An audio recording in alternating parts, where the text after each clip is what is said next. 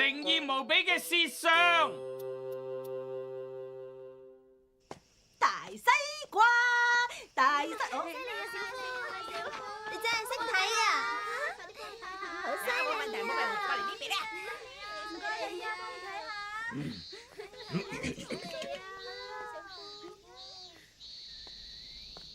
嚟啦，靜香，你都睇下。我都睇。好緊張啊！我都係最後先睇啦。你唔使怕醜喎。我唔想第一個睇啊。嚟啦，有乜所謂啫？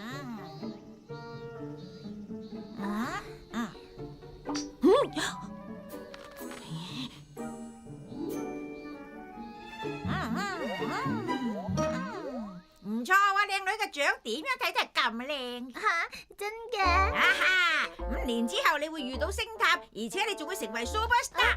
將來你仲會同大富翁結婚。唔係啊嘛，係咪真㗎？梗係。呢個小夫有時喺度亂咁呃人，會成為 super star，嫁俾大富翁，講大話唔眨眼。喂，小夫啊，到底我做歌手好定係運動明星好咧？我硬係決定唔到啊！你啊，幫我睇下將來做邊樣啱我啲。你應該適合做運動家。吓，係咪真㗎？竟然揾小夫幫你哋睇獎，係咪嫌俾佢呃得少啊？嚟啦，小夫，你幫我睇下。喂，我做唔成歌手咩？睇第二條線會唔會有啲咩指示啊？你做歌手都得，但係要唱少啲歌咯。真係嘅。真係過分㗎，根本喺度扮晒嘢呃人，有咩可能會講得中喎？講得啱，我都有同感。如果未來係點樣睇到嘅話，做使乜捱得咁辛苦啊？唉。呢位大叔喺度講咩啊？唔通而家啲人真係咁想知道自己嘅未來？有啦！我翻嚟啦！你翻嚟啦？哦，你想去邊度啊？唔該，你幫手交個西瓜俾媽媽，係咁先。啊？點解喎？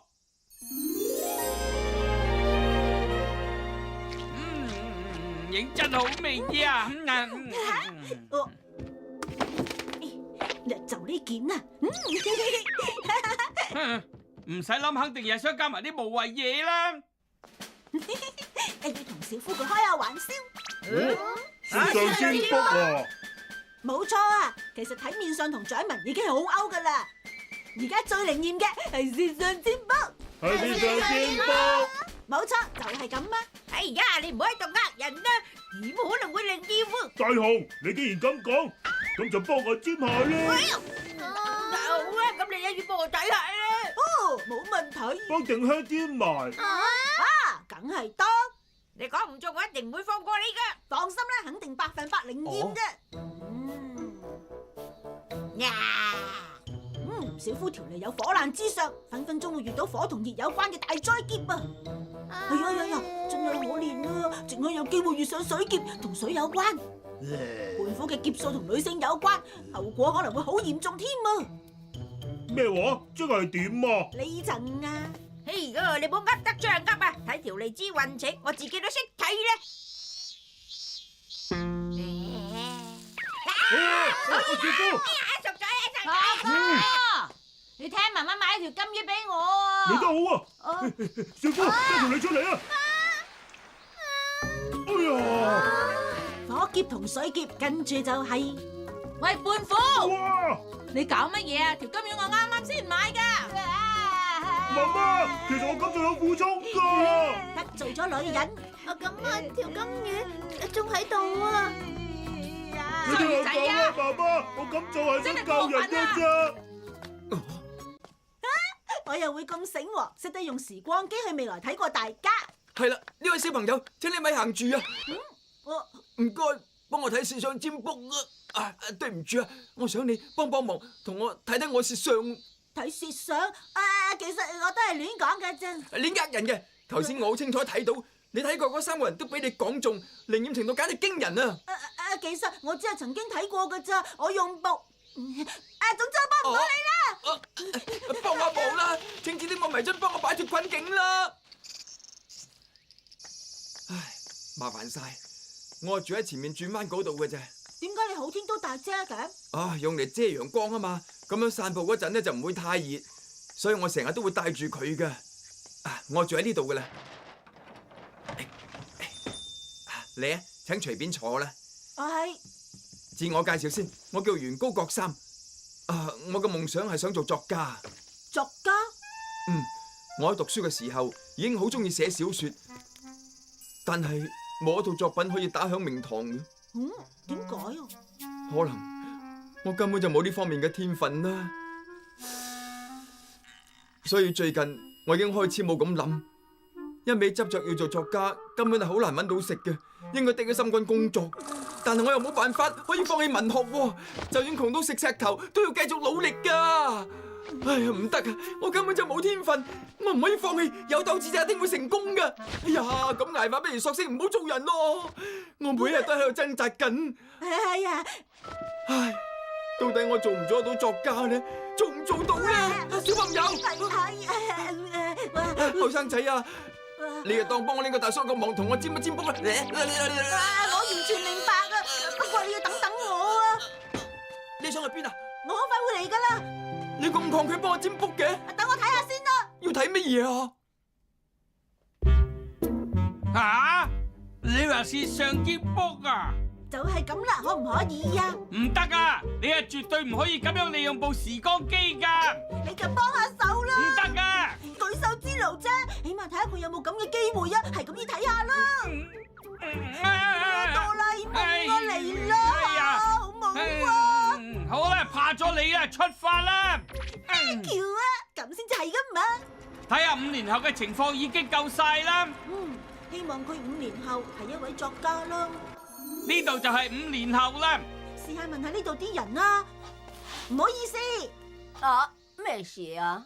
呢度附近係咪有間屋住咗一個作家喺度，叫袁高國三？姓袁高嘅？我好似冇聽過喎。咁即係話佢仍然唔係好出名啦。就住喺轉角嘅地方，奇怪啦。唔好意思啊，係呢兩嚿。好嘅，睇嚟都好多喎。咁辛苦寫嘅原稿當係廢紙啊！俾你嘅。吓，我可唔可以唔要廁紙啊？有冇啲食得嘅嘢？譬如係即食麵都好啊。我哋冇預備啲咁嘅嘢喎。你係咪唔想換啊？都好啦。多謝喎。生活好老道喎。唯有叫佢即刻死咗條心啦，咁樣對佢可能好啲。但係點同佢講啊？唔得噶，你嚟啦！一定由你開口啊！唔制啊，都係你開口啦。點解喎？你嚟咗啦！我等你好耐啦。係啦，結果係點啊？我究竟做唔做到作家啊？係啊，果然係唔得啊！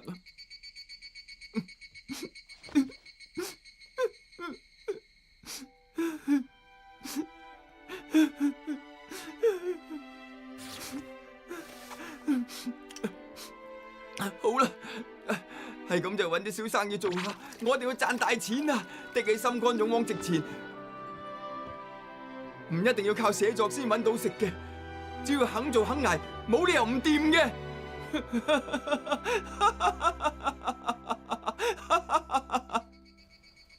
佢一定好痛苦。梗係啦，要放棄追求咗咁多年嘅夢想喎。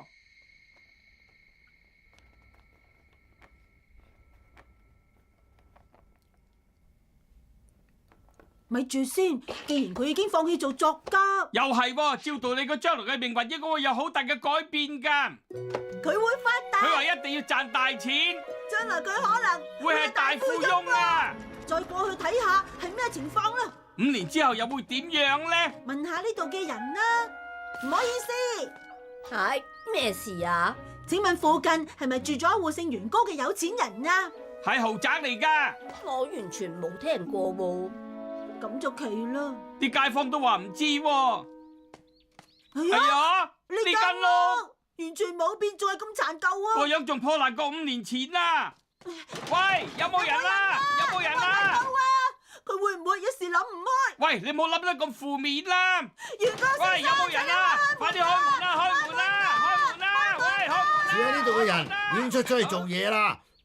佢喺工廠區一間食店度打工啊。哦。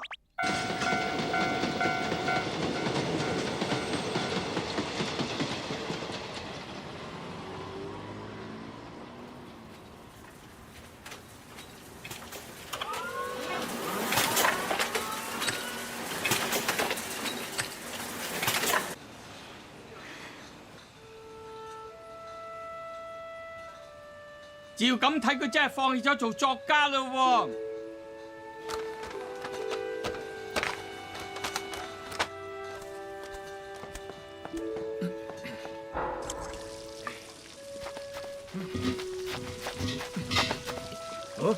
乜係你哋呀？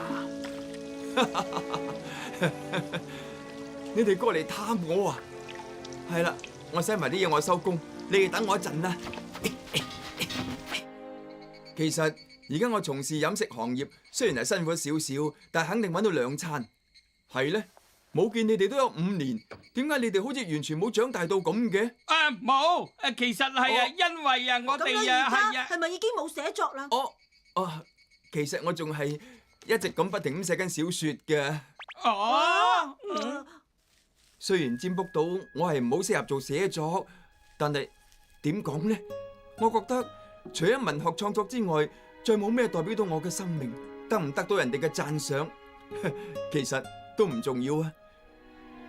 講起我覺得好慚愧，自從喺食店打工之後，先發覺自己一味轉牛角尖，淨係執着於文學，從來冇腳踏實地咁工作過。到最後我醒覺啦，任何嘅工作同文學創作一樣係有難度，但係絕對值得努力去試。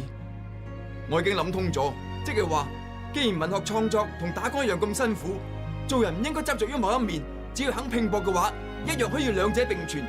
當然遇到嘅困難會多咗，但係得到嘅樂趣亦都會多咗。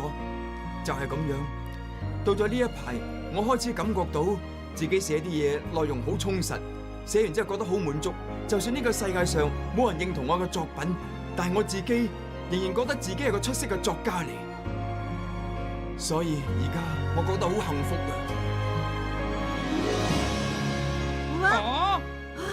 哇！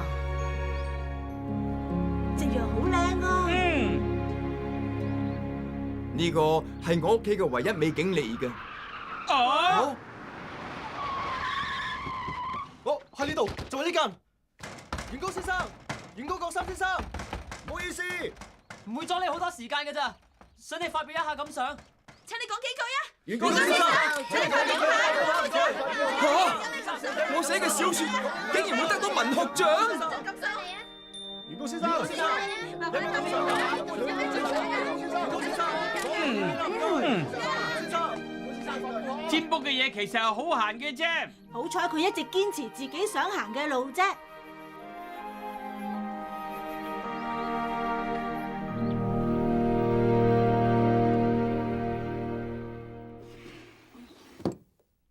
大雄，嚟啊！希望占卜大師幫忙，我真係好希望做個歌手，幫我占卜下啦，睇下得唔得啊！你要拋開迷茫，堅守信念，行走自己渴望行嘅路。果然係我嘅知心好友啊！為咗報答你，又要唱首新歌俾你聽，歌名係叫《即興的高歌》。嚟啦，大雄幫我哋接卜下啦。走先啦！即興高歌，我嘅知心好友，多謝捧場，知心好友，知心好友。如果可以令胖虎放棄夢想，肯定係個偉大嘅貢獻嚟㗎，係唔係？